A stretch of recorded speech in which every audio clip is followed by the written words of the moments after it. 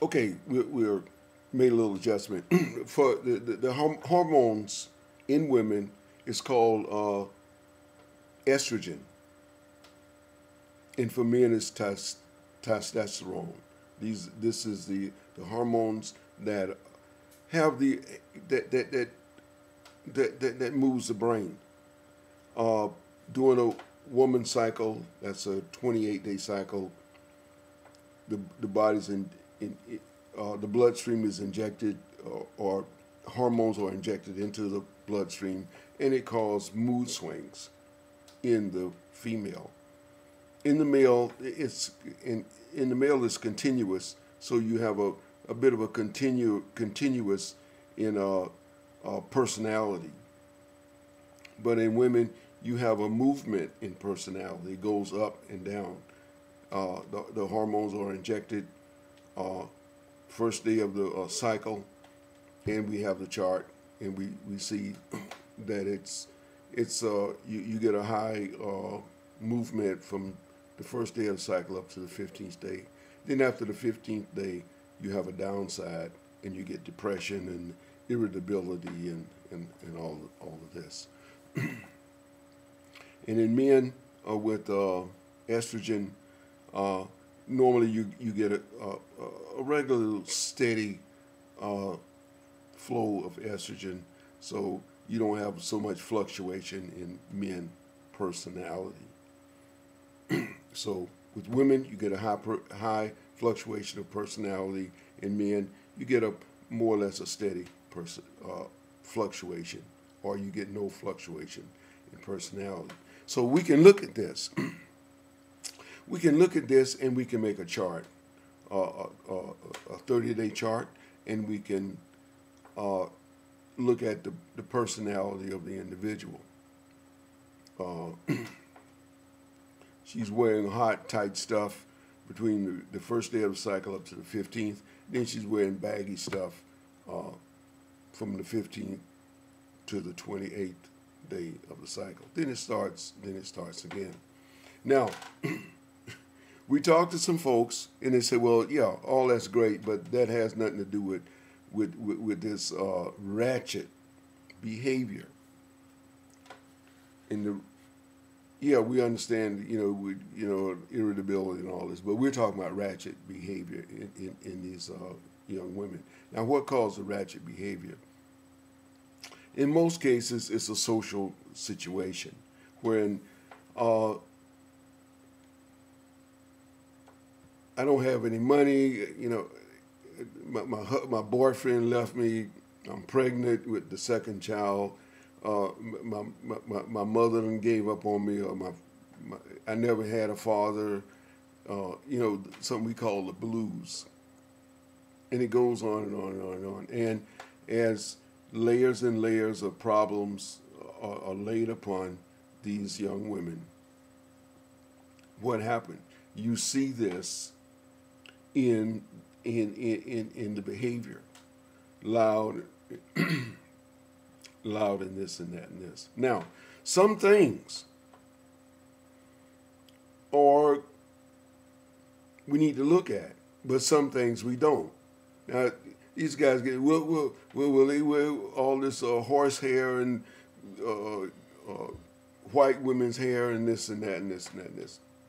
But all this is relatively normal. Women are sensitive to cosmetics. They are sensitive to their looks, and so they have a tendency to they want to look pretty. Their perception of pretty might be different than your perception of pretty. But women, all through history, have put flowers in their hair, put grass in their hair, put mud in their hair, put extensions in their hair, wore hats and scarves and all the rest of this stuff, and it goes on and on and on and on and on. And this is not necessarily ratchet behavior. In other words, humans can only be humans. They can't be nothing more than human. They can't be nothing less than human. And women have always skimped out and skimped out.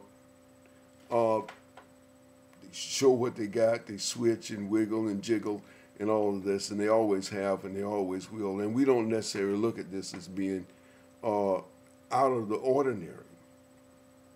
That being the case, we as men shouldn't necessarily address this.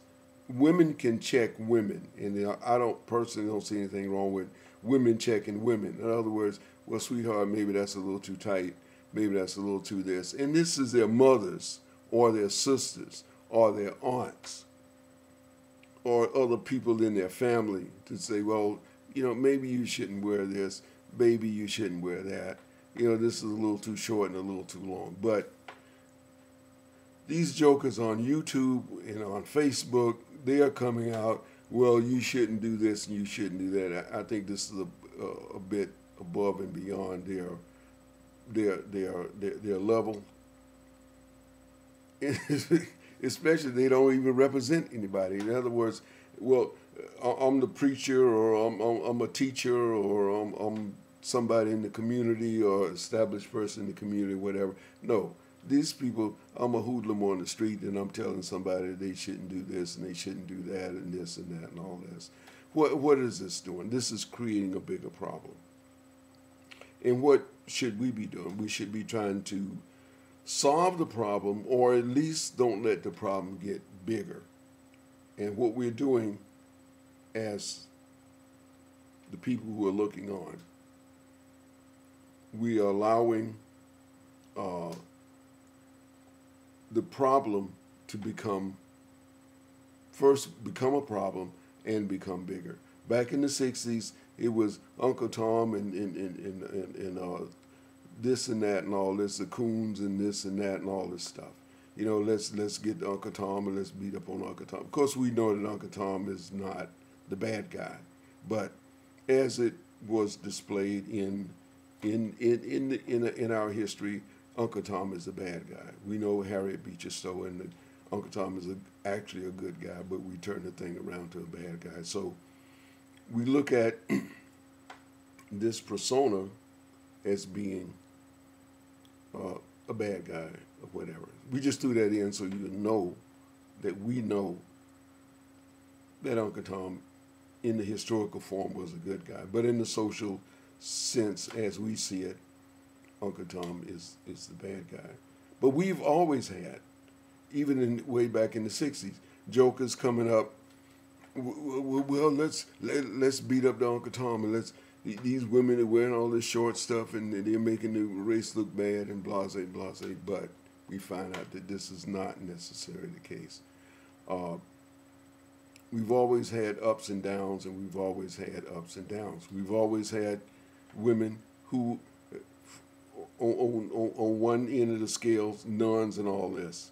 On the other end of the scale, what do we have? We have trickers and the women of the night and all that. And it's always been there, and it's always have been there, and it's never going anyplace. And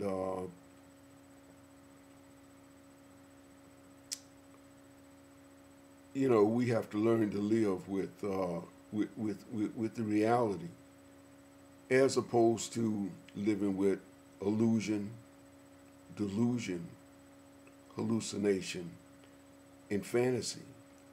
And we who can't seriously throw stones at other folks or throwing stones at other folks. We'll be right back.